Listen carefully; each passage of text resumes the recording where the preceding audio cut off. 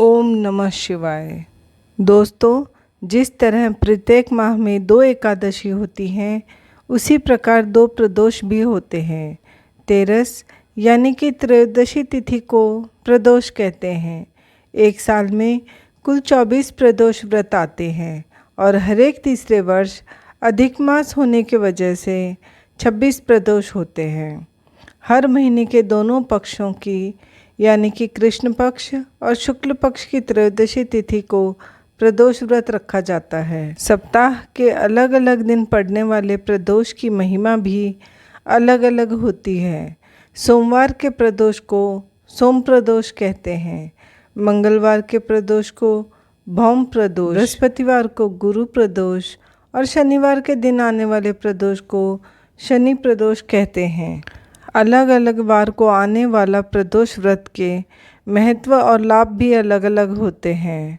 इस बार प्रदोष का शुभ व्रत 24 मई 2025 को पड़ रहा है। यह तिथि शनिवार को आ रही है, इसलिए इसे शनि प्रदोष व्रत कहा जाएगा। प्रदोष व्रत विशेष रूप से भगवान शिव शंकर को समर्पित होता है, लेकिन जब यह शनिवार के दिन आए तो इसमें शनि देव की भी विशेष पूजा की जाती है। शिव पुराण व अन्य ग्रंथों में शनि प्रदोष व्रत की बड़ी महिमा बताई गई है। ऐसी मान्यता है कि इस दिन विधि पूर्वक व्रत रखने से और भगवान शिव की आराधना करने से परेशानियां समाप्त होती हैं। जिन लोगों पर शनि की ढैया या साढ़े साती का प्रभाव होता है, उन्हें इस दिन प्रदोष व्रत एवं पूजन करने से राहत मिलती है। इस दिन भगवान शिव की पूजा का विशेष महत्व होता है। प्रदोष व्रत के दिन सुबह स्नान करने के बाद सूर्य देव को अर्घ्य दें। फिर चौकी पर कपड़ा बिछाकर भगवान शिव और माँ पार्वती की मूर्ति को स्थापित करें। उसके बाद तिल के तेल से शिवलिंग का अभिषेक करें व उन्हें बेलपत्र, धतूरा, भांग और फूलमाला अर्पित कर खीर और फल का भोग लगाएं। फिर व्रत कथा का पाठ व आरती करें। इसके साथ ही साथ शनिदेव को भी तिल या सरसों का तेल चढ़ाएं। ऐसा करने से भगवान शिव प्रसन्न होते हैं और भगवान भोलेनाथ व शनिदेव की कृपा प्राप्त होती है व दुर्भाग्य दूर होता है। शनिवार को त्रयोदशी तिथि होने के कारण पीपल के पेड़ की पूजा बहुत ही फलदायक मानी जाती है।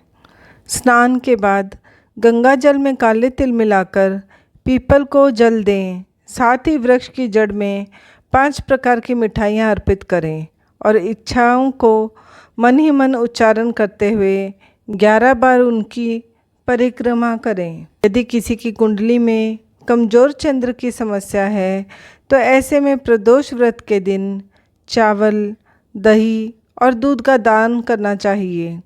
धार्मिक मान्यताओं के अनुसार प्रदोष व्रत के दिन इन चीज़ों का दान करने से चंद्र मजबूत होता है, जिससे साधक का जीवन खुशहाल हो जाता है।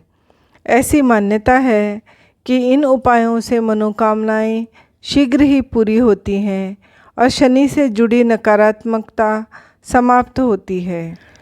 शनि प्रदोष व्रत एक उत्तम व्रत है, जिसमें भगवान शिव और शनिदेव दोनों देवताओं की कृपा एक साथ प्राप्त की जा सकती है। इस दिन व्रत, उपासना और ध्यान करने से जो लंबे समय से अपने जीवन में संघर्षों का सामना कर रहे हैं, उनके जीवन से नकारात्मकता समाप्त होकर जीवन में शुभता लाने का अवसर प्रदान करती है। दोस्तों, शनि प्रदोष का व्रत रखने से सभी तरह की मनोकामनाएं पूर्ण होती हैं। शनि प्रदोष का व्रत विधिवत रखने से नौकरी में पदोन्नति की प्राप्ति के योग भी बनते हैं। शनि प्रदोष का व्रत रखने से पुत्र की प्राप्ति होती है। शनि प्रदोष के व्रत को पूर्ण करने से अतिशीघ्र कार्य सिद्धि होती है। सभी कार्यों की सिद्धि के लिए शास्त्रों में कहा गया है कि यदि कोई व्यक्ति 11 या 1 वर्ष के समस्त त्रयोदशी के व्रत करता है, तो उसकी सभी मनोकामनाएं शीघ्र अवश्य पूर्ण होती हैं। आइए अब आपको सुनाते हैं शनि प्रदोष व्रत कथा। शनि प्रदोष व्रत कथा के अनुसार प्राचीन काल में एक नगर सेठ थे। सेठ जी के घर में सभी प्रकार की सुख सुविधाएं थी, लेकिन संतान नहीं होने के कारण सेठ और सेठानी हमेशा दुखी रहते थे। काफ़ी सोच विचार करके सेठ जी ने अपना काम सेवकों को सौंप दिया और खुद सेठानी के साथ तीर्थ यात्रा पर निकल पड़े। अपने नगर से बाहर निकलने पर उन्हें एक विशाल वृक्ष के नीचे एक तेजस्वी साधु मिले, जो कि समाधि लगाए बैठे थे।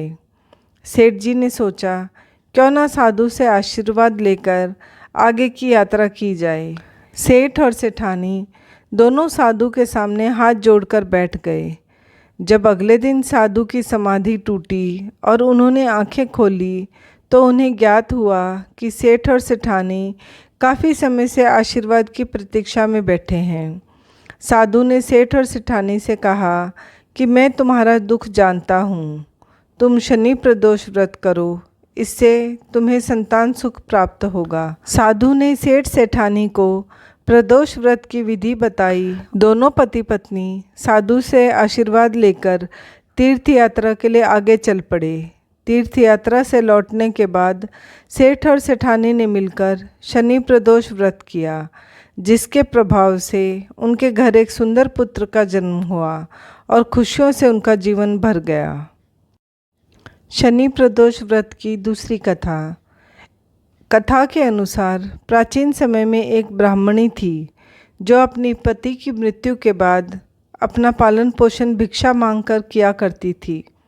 एक दिन जब वह भिक्षा मांगकर लौट रही थी तो उसे रास्ते में 2 बालक दिखाई दिए, जिन्हें वह अपने घर ले आई। जब दोनों बालक बड़े हो गए तो ब्राह्मणी दोनों बालकों को लेकर ऋषि सांडिल्य के आश्रम चली गई, जहाँ ऋषि सांडिल्य ने अपने तपोबल से बालकों के बारे में बताया। हे देवी, ये दोनों बालक विदर्भ देश के राजकुमार हैं। गंधर्व नरेश के आक्रमण के कारण इनके पिता का राजपाट छिन गया है। ब्राह्मणी और राजकुमारों ने विधि विधान से प्रदोष व्रत किया। फिर एक दिन बड़े राजकुमार की मुलाकात अंशुमति से हुई और वे दोनों एक दूसरे को चाहने लगे। तब अंशुमति के पिता ने राजकुमार की सहमति से दोनों की शादी कर दी। फिर दोनों राजकुमारों ने गंधर्व देश पर हमला किया और उनकी जीत हुई। इस युद्ध में अंशुमति के पिता ने राजकुमारों की मदद की थी। दोनों राजकुमारों को अपना सिंहासन वापस मिल गया और गरीब ब्राह्मणी को भी एक खास स्थान दिया गया, जिससे उनके सारे दुख खत्म हो गए। राज वापस मिल जाने के कारण प्रदोष व्रत किया गया, जिससे उन्हें संपत्ति मिली और जीवन में खुशहाली आई। दोस्तों, आपको हमारी वीडियो अच्छी लगी हो तो इसे लाइक करें, कमेंट करें, शेयर करें और हमारे चैनल को सब्सक्राइब ज़रूर करें। मिलते हैं एक नई कथा कहानी के साथ। धन्यवाद।